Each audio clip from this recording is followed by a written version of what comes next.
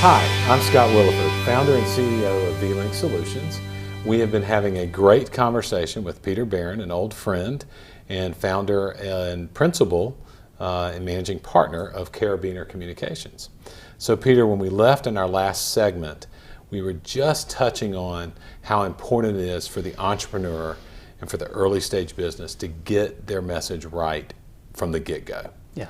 And how you work with clients on that. So how do you help those entrepreneurs who have their own ideas and their own mindsets to hone their message to the right message for their customers? Well, it really all starts with questions. Most of the information that we need is inside the mind of the entrepreneur, the executive, the founder, whoever has the idea. Mm-hmm. Sometimes they can get a little bit too close. In fact, most of the time they get too close to what they're trying to create. Mm-hmm. And they forget who's going to buy this, who's going to use it. And so we help them to step outside of the world in which they've been living for so long and think, okay, who's going to put their hands on this? Who's going to be manipulating this device? Who has the money to purchase this? Are they likely to do this? Is anybody else selling anything similar? All of a sudden it sort of starts a mental process to where now they're thinking not only about how cool is my invention, but can I talk about this in such a way that I can appeal to the buying characteristics or the buying needs of a potential customer? Would you say that most entrepreneurs, that they're drinking their own KoolAid so much that they forget they got to serve it to some other people? Yeah, I think that's pretty accurate. Yeah.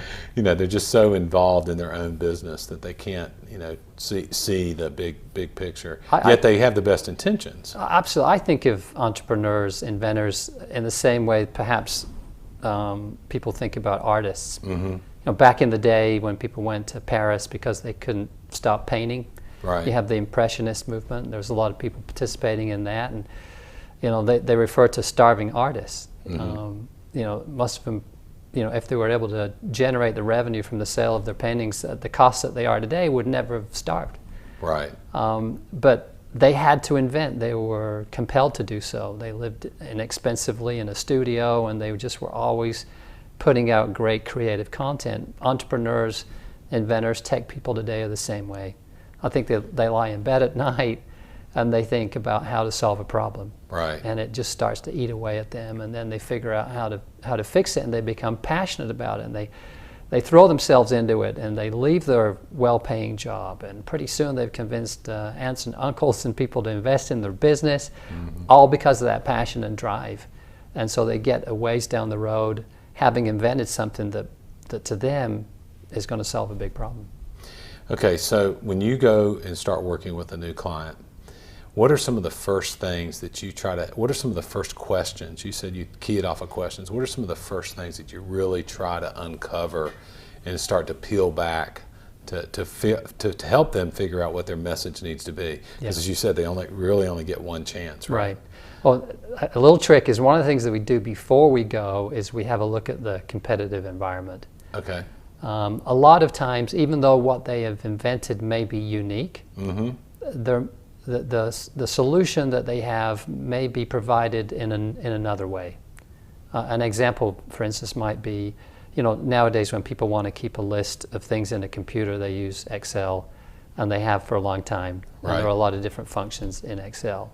But somebody may invent this really cool database, for instance, that does something special, and they may not think that they're competing with Excel or the way that things are currently being done, but in fact, They are, yeah. Yeah, and they don't see that because their solution is so elegant, so much better, they don't think that existing ways of doing it. So we'll go into a situation when we start asking the questions and try to create a reality picture for them.